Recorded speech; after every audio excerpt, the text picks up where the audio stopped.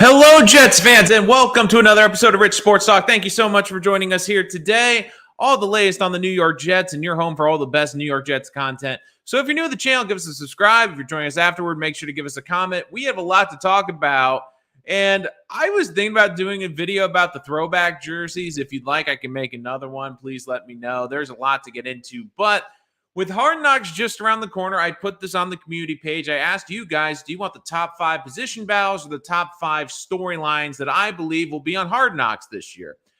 Naturally, I looked at your results. I'm going to get to the position battles as we get a little deeper into camp. But for the time being, I'm going to focus on the top 5 storylines that I believe will be featured on Hard Knocks. Now, let me preface this by saying this. I didn't really do position battles on here, and I tried to focus on what I believe will get the majority of time. And a lot of Hard Knocks is formulaic. They have a certain pattern. They have a certain show structure that they have. So I'm focusing more or less on 5 people that I do think are going to dominate the headlines. Now, some will be a bit of a surprise for some of you guys, but I really believe when I explain that this is going to be why, because there's certain aspects and ingredients that every Hard Knock show needs. And I believe that these are going to be the ingredients that the directors are going to focus on, especially now with the news that the Jets aren't fully going to cooperate with Hard Knocks. Basically, they're not going to let them in for the cut room. They're not going to let them in and get as much access as they had previously had. So because of that, I think the show's going to have to get a little bit creative, probably focus a little bit more of on the field storylines. And that's what I believe is going to happen. But there is a lot we are going to get into. But let's start off with number 5, the biggest headlines on Hard Knocks this year. I believe that it will start out with this. So what I am imagining is the following. So my number 5 pick right now for what I believe we will see on Hard Knocks, I think it's going to be Nathaniel Hackett's going to be one of the main talking points, because for a few reasons. I don't think Aaron Rodgers is going to give as much, or is going to be, I think he will be on there for the required amount. But let's be honest, Nathaniel Hackett is going to be more intriguing for a lot of different aspects. Number one, the whole recruiting of Aaron Rodgers offseason, I think, is going to be a major talking point. I think there's a lot more storylines with Hackett. With Rodgers, I do think he'll give the allotted time. He'll be there, and I think a lot of people will be interested. But I do believe he's going to be somewhat limited. So the next best thing is getting Nathaniel Hackett. Now, Hackett also, there's a lot of things with Hard Knocks. I don't know how much Robert Saleh is going to be on the show, but Hackett's got a lot of interesting storylines. Think about this. He's reuniting with a former quarterback that he helped win 2 MVPs. He's coming off a failed head coaching job in Denver. I think that's going to be a strong talking point. What did you learn in Denver? What went wrong in Denver? What are some of the things you're looking to change coming into the New York Jets? Now you have him coming into a new system with a coaching staff that's pretty well established, from the defensive coordinator, head coach. So basically, he's going to be a whole new coach and a well-established staff already. And I do think that they're going to talk about that. They're going to look at how he's adapting. And always the offensive coordinators, the coordinators usually get a lot of love, but there's a lot of emphasis on Nathaniel Hackett. And I do think there's another huge reason why, and I will get into that in a little bit later in this list. But when you think about it, from the failed head coaching job last year in Denver to coming to New York for the first time, to working with Aaron Rodgers again, to helping to get Aaron Rodgers acclimated to this system, and getting guys from the former system to get into this new one. And it's not really a new system, but the verbiage, how he communicates, I do think that will be really key. And you always see the show emphasize usually a coordinator. I mean, I think a great example is the previous Jet regime, where you had very similarly a defensive head coach. Now, Robert Saleh wasn't doing as much of the defense as probably Rex Ryan, but you had with Schottenheimer, who was here doing the OC, became a focal point of the show. I see Hackett sliding into that role, and Hard Knocks always focusing on the offensive coordinators. But I know what you guys are thinking. You're going, wait a minute. We need some more than just coaches. We need some players. And for that, I give you Tony Adams. Tony Adams has been making big headlines, been playing a really good free safety. And the show always looks for certain players on each side of the ball that they're clearly rooting for. Now, You could make an argument that Sherwood could be another option here at the linebacker position. He's having a good camp. Looks like he's going to be the third starting linebacker. I was debating between the two, but I think Adams takes the cake a little bit more because he's got a little bit interesting backstory. And with the Chuck Clark injury that the Jets have already suffered, it adds a little bit more juice to it. Adams was an undrafted free agent. He's been developed by this Jet team and now has an opportunity to earn a starting role, and really is one of the few players on this talented roster that could earn a starting role week one. Like, you look at around this team, the only other one like I said, was Sherwood, younger player. But again, Sherwood was drafted by the Jets, where you look at Tony Adams as an undrafted player, having to pick up for an injury because the Jets weren't expecting to be looking for a safety at this point with the Chuck Clark injury. So with Adams, there's a lot I like about him. He's playing really well. I think he's going to be the focal point. Like you saw last year with the Lions, Rodriguez was the big focal point of the defense. They always look for one guy on each side of the ball to kind of feature. Will they make the 53? Could they potentially start? And Adams is that guy that's like, well, could he be that undrafted free agent? Could he be that unsung hero that ends up becoming a starter on this team? So I do think he's going to be a major focal point of this show. But then you have to ask yourself, well, wait a minute, who's on the offensive side of the ball? Because you have to get both. Well, I think it's going to be Jason Brownlee. Jason Brownlee, of course, went viral earlier this week with a great catch, as you can see here in the picture, earlier from training camp with a leaping grab. And look, this really opened up when Denzel Mims was traded. I said at the time the Denzel Mims trade, the Jets are clearly going to have an open competition among the undrafted free agents. Now, could I have said the whole undrafted room? Potentially. I'll get into that more into the video where I talk about the top 5 position competitions here in training camp for the Jets. But right now I'm focusing on storylines. I'm focusing on the big picture. And really, I just have this feeling that Brownlee, he's made some electric plays. There's always a receiver every single year on Hard Knocks that is the underdog that they get behind. And with the splash plays he's making in camp so far, you just know HBO is going to be pushing for one of these receivers. They'll feature all of them, but there I think will be a bigger spotlight on Jason Brownlee, an undrafted free agent who has a chance to make this team, a chance to make a team that is trying to get to a Super Bowl, but on a team that is loaded at wide receiver and a team that he has the chance to potentially play with Aaron Rodgers. I think there's a lot of storyline here and juice. I mean, we've seen the catches by Garrett Wilson this whole camp, but the other most viral offensive moment right now has been Jason Brownlee making big plays, showing explosiveness. I really believe that the 6th receiver, because receivers, look, skill positions on Hard Knocks, they're easier to film, especially now at training camp and the lesser pads and fewer practices. It's easier to get those splash footage of the skill positions going at it. I think Brownlee's going to create some great tape. He's going to create some good highlights, especially on the episode. So I really believe he's going to be the headline. So now we get into the top 2.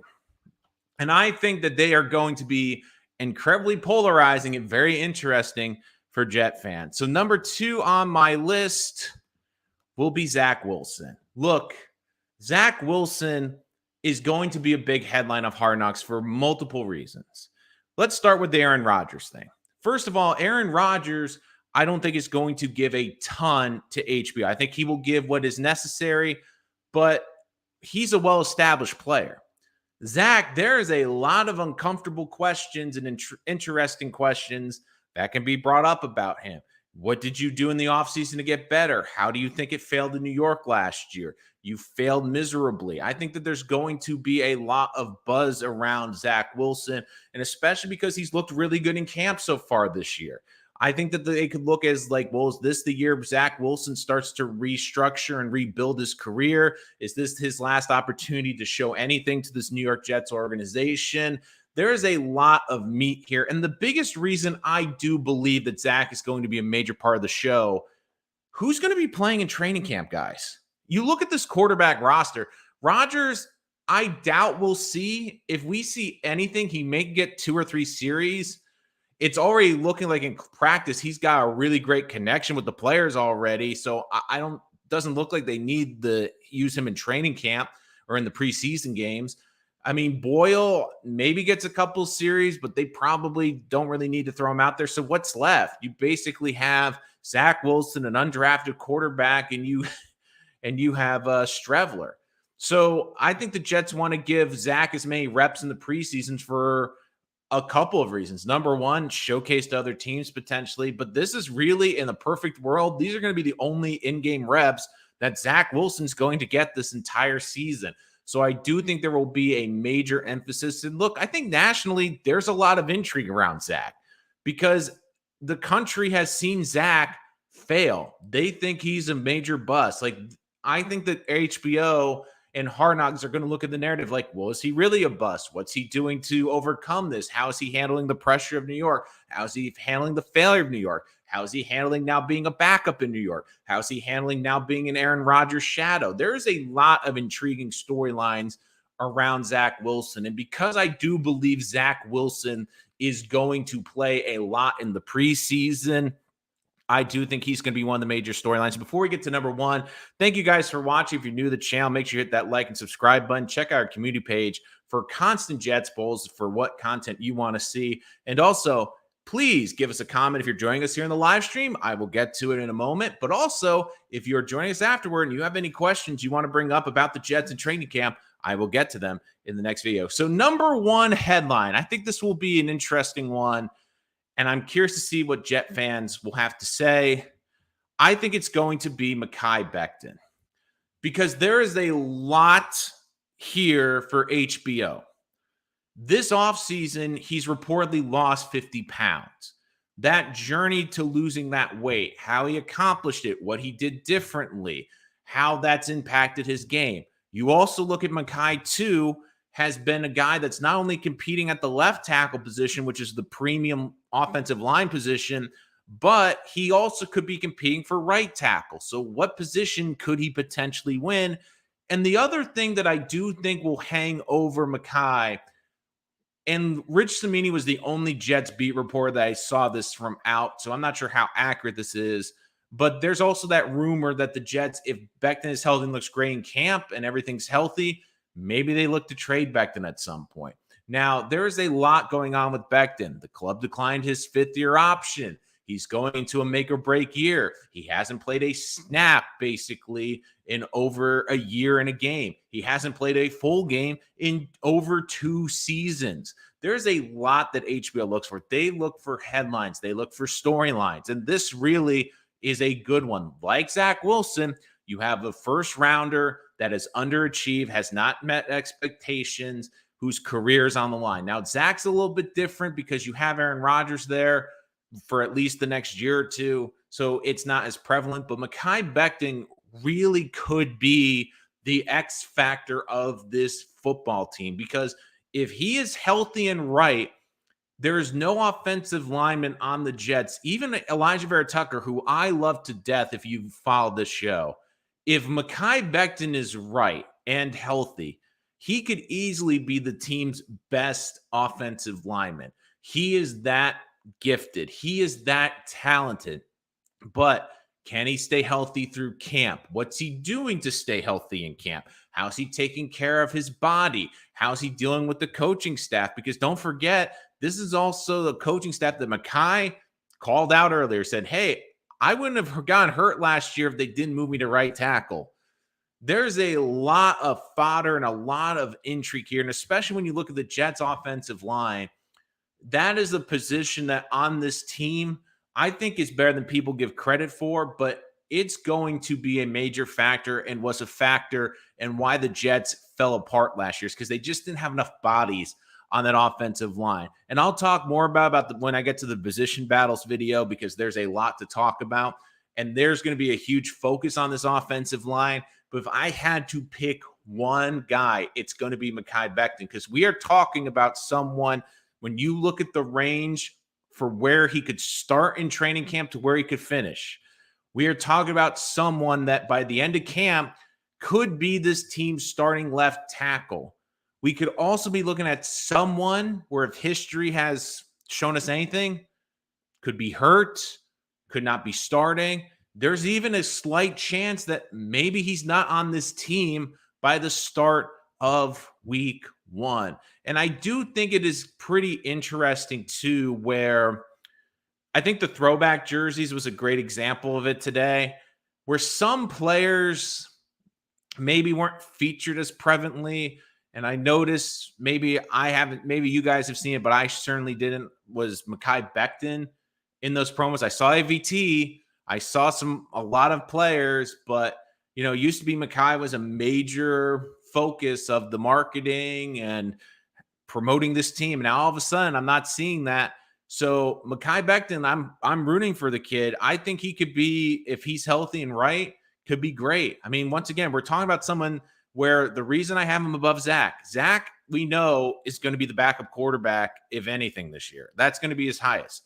Mekhi Becton, we are talking about someone that could be starting at left tackle, can't win the left tackle and starts at right tackle, could potentially not be a starting tackle. How does he handle not being a starter? Is he going to complain? Is he going to want out? Like, there's so much storylines around this one player that I do think Mekhi will become the main focus of Hard Knocks and become the biggest person.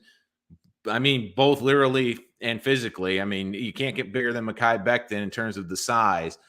And I do think it's great on video because you can see the size difference. You can see how big Mekhi Becton is. You can see his physicality.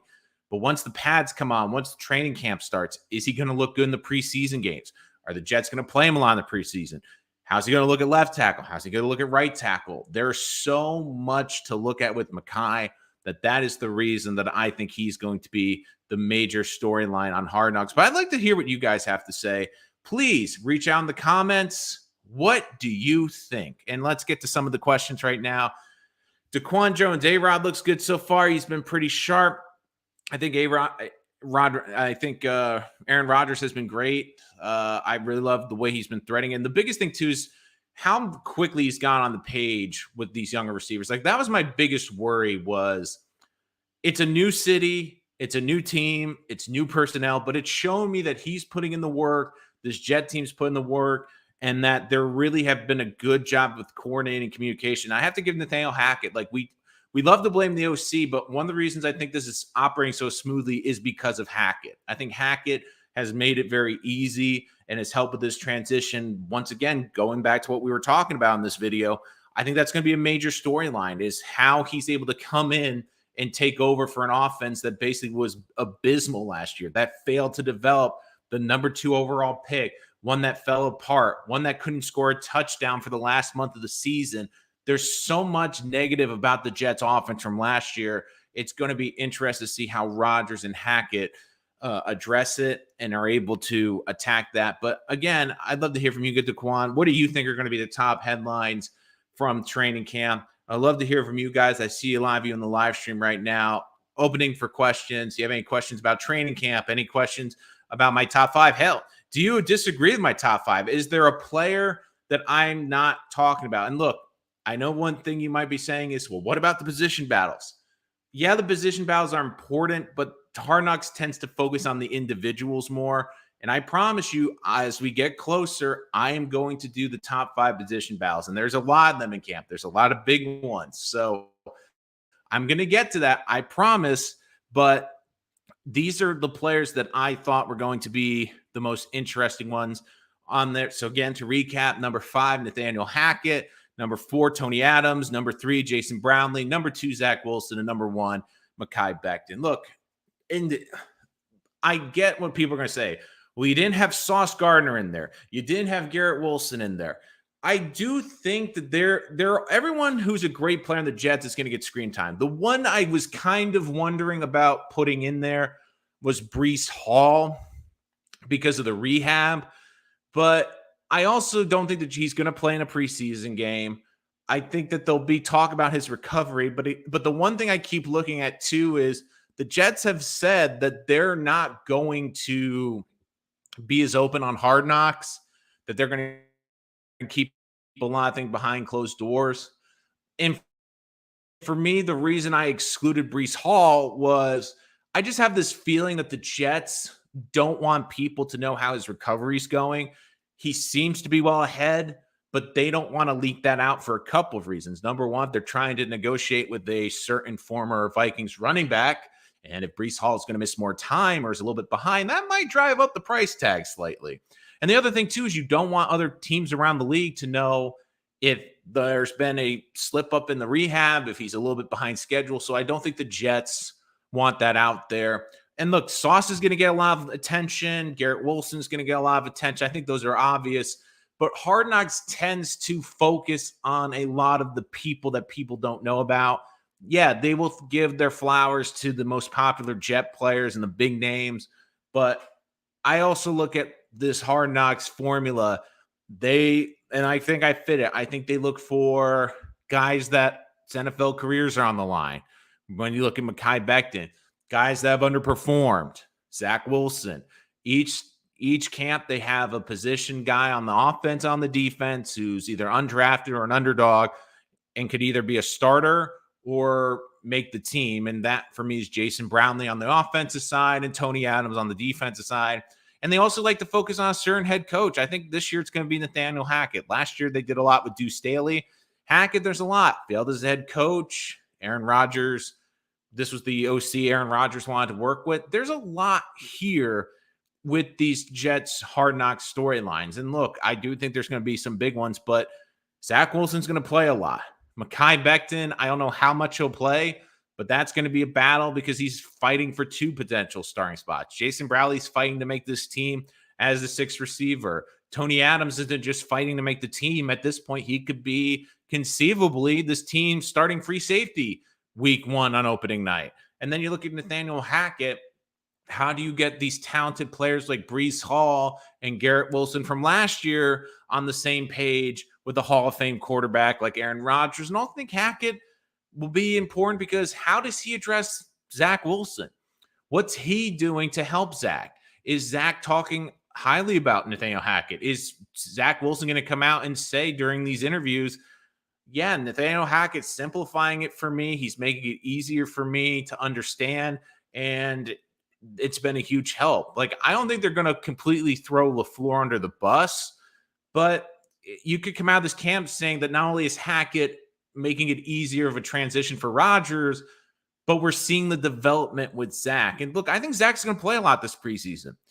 I don't think the Jets are looking to shop him, but if Zach Wilson looks great in the preseason and his mechanics are cleaned up and he's not bouncing screen passes and he's hitting the easy throws, because Zach Wilson, we know what he can do great. The problem is he can't do the easy and the routine, but if at least he can do the routine in training camp, it's showing improvement.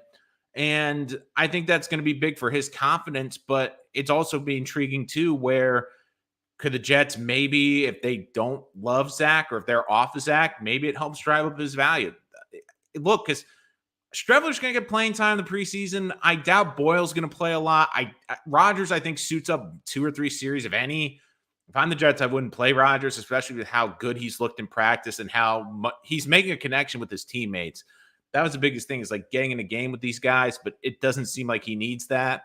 I'm trying to remember. I don't think Brady played in that preseason with the Bucks, so I'm content not letting him play. And because of that, well, who are you giving a lot of playing time to? I mean, Zach Wilson, you want him to get comfortable, get the mechanics back. And look, if he comes into these games and he's showing you, okay, in practice he looks great, but still bouncing passes, sailing passes, miss the open reads, it's also going to make the Jets' life easier because they're going to know, okay, he's definitely not the guy. We've got a new OC. He's learning behind Aaron Rodgers. But despite all of that, it's just not going to work. All right. Daquan, my storylines I'm keeping an eye on are the starting O-line, third LB position, who has the biggest second-year leave, who is not going to be around going forward. Again, I get what you're saying about the O-line. I kind of tweaked this because and to be honest with you, I tweaked this list to focus more on the players because I'm going to do a position battle, and I think just it kind of would cannibalize the 2 videos. So I'm going to just do the position battle separately. But I do agree, starting O-line in the top 5 players that make it, the third linebacking position, it looks like Sherwood's well far ahead of that. It doesn't seem like anyone else is in there running. But the biggest second-year leap is a really good one because Garrett Wilson has looked insane at practice right now. Like, he looks like he's possessed. And I also am kind of wondering, too, if some of these Jet players feel disrespected. Now, I don't think the Jet players really care about their Madden ratings, but you see like those come out and some of the ratings some of the Jet players are getting. Like Garrett Wilson, I think, was ranked. He was the offensive rookie of the year last year. And yeah, I think he was like the 24th or 25th receiver in Madden. I think he was the same rating as Chris Olave. And I'm wondering if he's a little pissed off about that. I mean, and you can tell there's something special when Devontae Adams is going out of his way to basically tweet, those two are going to do something special this year. I really believe that they're going to do something special. I think you're going to see a bit of improvement from Sauce. I also think you're going to see Sauce struggle at times this year just because teams are going to attack him. They have a full year of film on him. And there's sometimes like even great second-year players, they just have those, not lapses, but just struggles. So I don't think he'll struggle badly. But I'm really curious. I think the X factor is going to be Breece because let's be honest, we're not going to see Breece in training camp. We'll see him running around. We'll see him practicing. But I think the Jets are going to kind of keep him a little bit on the sideline, keep him a little bit out of the camera. So I think he could be a big jump. One player I would keep an eye on to take a second-year jump that no one's really talking about. And I know a lot of people are going to say, well, Jermaine Johnson. I think Jermaine Johnson, it'll be tough for Jermaine and Bill and Will McDonald. I think they're going to have good years, but because of how many defensive linemen in the rotation, their stats might get a little bit skewed. So they might not on paper make as big of an impact, despite them making a big impact in the game. I would say keep an eye on Max Mitchell. Because as much as we've talked about the tackles they've brought in, Mekhi Becton and Dwayne Brown coming back, Max Mitchell, we forget, played a really good right tackle last year and had to miss the season because of that blood disorder. Now, if he's healthy, Max Mitchell, to me, like I was very impressed. Like at one point I was saying, Max Mitchell, like I would feel better with him at left tackle than with some of the options they're considering. But I thought Max Mitchell was a steal in the draft last year. And I really liked the way he played last year. And I wouldn't be shocked too, even if it came down to Becton or Mitchell, there's a chance Mitchell might win out that job. And don't forget too, the unfortunate thing with Mekhi is the Jets and this front office don't have anything invested in him.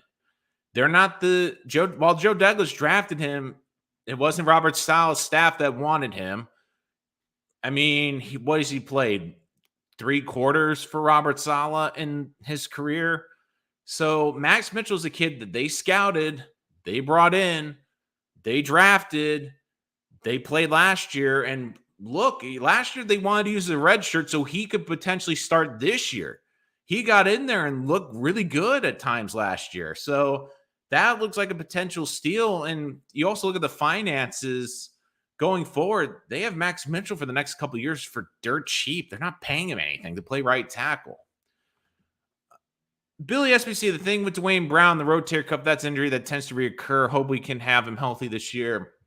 The thing with Brown, too, is he played hurt last year. So even Brown, if he can get hurt, he can play with it. Right now, he's on the PUP list. But, like the thing with him is, he's going to be ready to rock and roll. I don't think he sees a snap in the preseason. Could he maybe gets a couple snaps if he really wants it.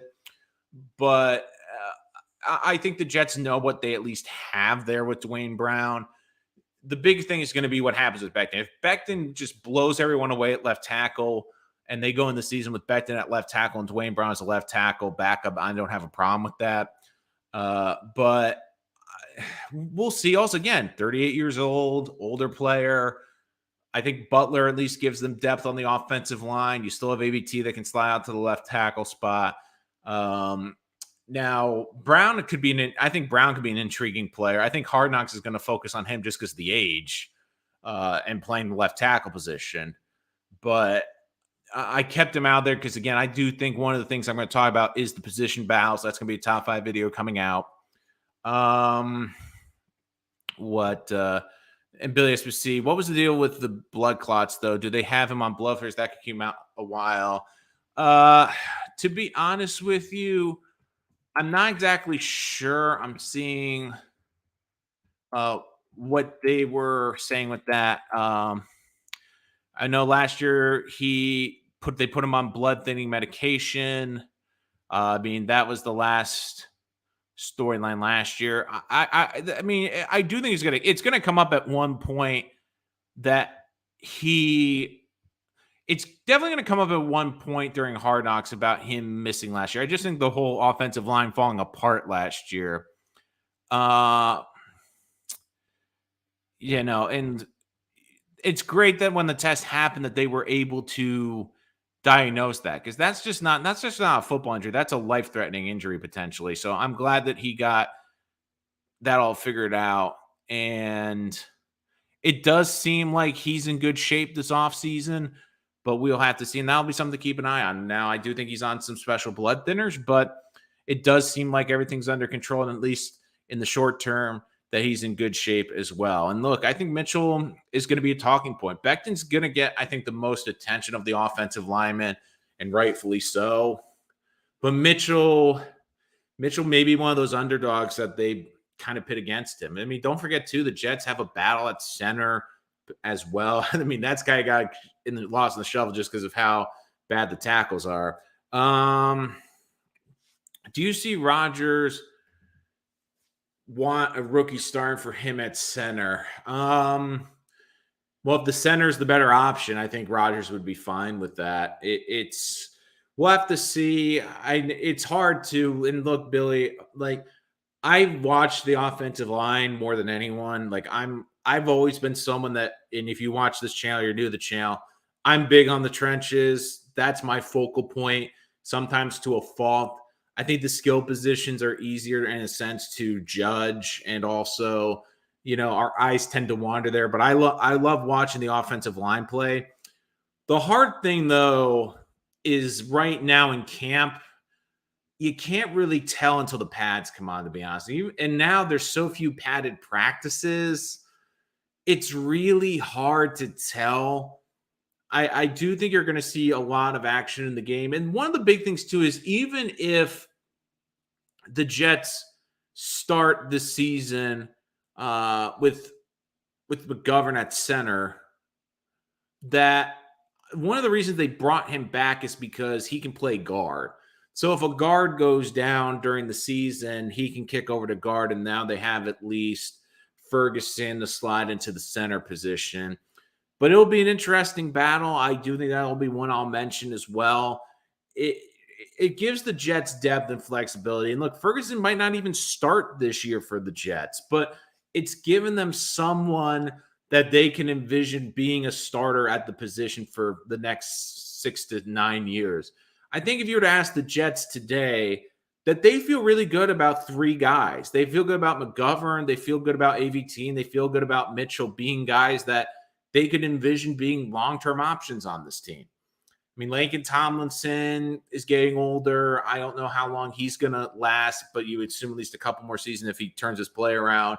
And the big one's Mekhi, because even if Mekhi has an unbelievable season this year, I could see what I see the Jets doing is putting him on the franchise tag, because it's still going to be a situation where if Mekhi Becton plays 17 games this season, like, just think about this. If he plays 17 games this season, he still will not have played half of the potential games he could have played in his NFL career, because he missed all 17 last year.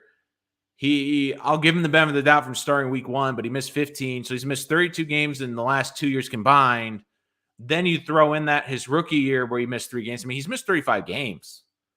So, I like Mac Mitchell's spirit. He's not afraid of any more reputation. Very confident player. Look, like, I love the confidence, and he wasn't afraid. Yeah, sorry about that, Joe. It's been a long day. My about that. I meant Tipman. Thanks for catching that. I had a Freudian slip there, so thanks for keeping me on my toes, Joe. No. Uh, my big thing too is when I look at this Jet team, especially in the offensive line, Mitchell's also a cheaper option. The Jets are going to have to pay VT soon. They're going to have to pay certain players. So one of the things you have to do is figure out the budget. Max Mitchell, at least for the next 2 or 3 seasons, is going to be on a 4th round rookie deal. I mean, that also plays into it. Like, we always talk about not bringing politics into sports, but you know what brings it in politically? It's the contract. And I said this with the Mims trade. One of the reasons I felt Mims got traded was the Jets didn't see him being a long-term option. They didn't see this organization re-signing him after this year. And they looked at it and said, well, we got a couple of undrafted guys that we pay nothing. Like, why would we keep Denzel Mims as our 6th receiver, pay him a 2nd-round contract for a guy that doesn't help on special teams, that likely will never get into games, and we have younger guys that we think are just as good, or even if they're a step below Mims at this point, they're dirt cheap. We barely have to pay them. That is part of the equation when you judge that. Yeah, I like Mitchell a lot, and he will probably be someone that won't get talked about as much and in this whole offensive line. And I get it. He's not the biggest name. He's not the sexiest name. And like, you look at Becton too, like Becton, he's a mountain of a human being. Like, if you were to create a tackle on Madden and you were to boost up all the ratings to like the biggest guy and the biggest weight with the most physical dominating frame, like that would be Mekhi Becton. Like, Mekhi Becton is a creative player that comes to life. In a perfect world, Brown plays well at left tackle and Becton plays well at right tackle. I feel like Becton would be better at right tackle too, because he did lose the weight, which will help. But as much as Becton flashed his first year, I've been negative on Becton a bit because not only the health, but I watched the tape, and as a run blocker, he's a menace. And that's why I think the right tackle spot, especially next to AVT, will be fun. But there are times where he struggles with faster, shorter rushers. And it's obvious when you're that big and massive, it's hard for you to get a good handle on those quicker edge rushers or their smaller edge rushers. And I thought at left tackle, there were times where he struggled. I mean, he still gave up 7 sacks in 14 games as a rookie. So you love the run blocking power. So I think ideally Mekhi's best position is right tackle. But I also understand why he wants to play left tackle. I mean, if you play great on the offensive line, you're going to get paid. But if you're a left tackle, you can make 18, 19, 20 million over the next 2 or 3 years. So if Becton can come back and prove that he is the left tackle and he was drafted as this team's left tackle, I think that plays in as well. I think ideally in a perfect world, Becton plays left tackle and Dwayne Brown's a high-end backup, because we know what Brown is at this point. We know he's reliable, but we also know that he's not great. He's serviceable. Becton has higher upside. So I think in a perfect world, the Jets would love Mitchell to be right tackle, Becton to be left. And who knows? Like, there's a chance that Mitchell doesn't even win the right tackle spot. So there's a lot of moving parts on this offensive line that we'll have to see. Billy, yeah, like especially Conklin. He's got a great connection. Look, you look at Robert Tonyan, like you look at how the player he became in Green Bay. I don't think Tunyan's that good. The Jets have athletic tight ends, and do not forget Jeremy Ruckert. Look, I have only so many spots on this list where I only did the top 5. But for me, if I had to do a 6, it would have been Ruckert, because Ruckert has a crowded tight end room, 3rd-round draft pick, grew up being a Jet fan. Dad's an avid Jet fan, drafted to his favorite team. There's a lot there, and looks like he's ready to explode this year. I think Ruckert is going to be a very dynamic player. We've seen a couple great catches already in camp in the athleticism. And I do think that Rodgers is going to like the tight ends, because Rodgers also loves the check down options. He's very efficient, and having the Jets with athletic tight ends. And don't forget too, the Jets last year, I think the receivers were getting pissed off at times. Like you saw Elijah Moore complaining because the tight ends got targeted so much. Well, Flacco didn't feel like pushing it down the field. Mike White's limited pushing down the field, and Zach Wilson was just all over the place. Joe Grana. Again, thank you for earlier, Joe. I appreciate it. If Thompson doesn't have a significant improvement of play, he should be cut money aside. He was our worst lineman last year by far. He wasn't good. I'm trying. Geez, there's so many bad linemen. I'm trying to go through my brain. I know Bougie played. The last game of the season was based on the JV team on the offensive line. Look, Lakin's not going to either. He's not going to get cut though because he's fully guaranteed this year. They can come at the end of this season. Basically, it was the JD specials. I like to call these contracts front-loaded first 2 years of the contract, but can get out after year 2. So I think that is an option. And the other thing with Lakin is I think at least last year you can make a little bit of an excuse that, yes, it was a new team, but it didn't help the fact that when you're a new player, you need cohesion on the offensive line.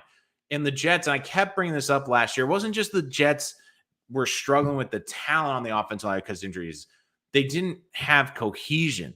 I mean, one of the better games they had was the Pittsburgh game. And I pointed out post-game that I really believe the reason why is because that unit played as a unit the week before. It was the same starting 5 at offensive line as the previous week. The Jets went through, I think it was that game, and it was one other game late in the season where the Jets, think about that, basically for 4 weeks, the Jets in back-to-back games had the same starting offensive line from left to right. That really plays a big part into it. And look, Thompson's going to be under the microscope this year a lot. And that's one of the reasons I think you saw this team invest in an interior offensive lineman that could potentially play guard. Look, if you're not struggling, we'll put the second rounder in there for you. So I don't think that I think Tomlinson, you're hoping, has a better season, but the Jets have options. They've also brought in some interior offensive linemen that have over 70 career starts in the NFL. So there's options. You have McGovern that can play guard. So if Tomlinson's really bad, Jets have options. Last year they did. And also, too, the left tackle position. When you have Dwayne Brown playing with one arm next to you the entire season, you have AVT playing out of position for 2 games, and AVT did great. But then you have George Fant, who struggled. Like Lakin Thompson, I don't want to give him a pass, but there was a lot of things out of his control where this year I do think it will be easier. If our line plays well, defense are going to have a real hard time with this offense. It's too bad. So that's the thing. They need the offensive line to play well. They need this offensive line to play well. I like the depth. I like that they have guys that can step in. But if this team wants to take the next step, a couple of things are going to have to happen. The first is AVT takes another step forward. And I do think he's going to be a Pro Bowl caliber guard this year. I really believe that in my heart. If he plays all 70 games, he's going to be a Pro Bowl caliber player. The question is, can the Jets get a second one? I think it's too early for Tippmann, even if he plays the entire season.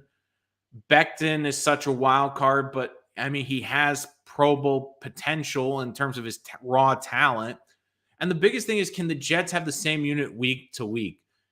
Can they not have a new left tackle in week 2, a new right tackle in week 3, a new left guard and right tackle in week 4? Like, just cohesion is going to be critical on this team. And I also think this team, too, if they get to the trade deadline and they are missing a piece, I will not be shocked that this team, especially if they have a good start, could look on the trade market to bring in an offensive lineman. Like, if they think that is the missing piece, I think this team's going to go for it this year.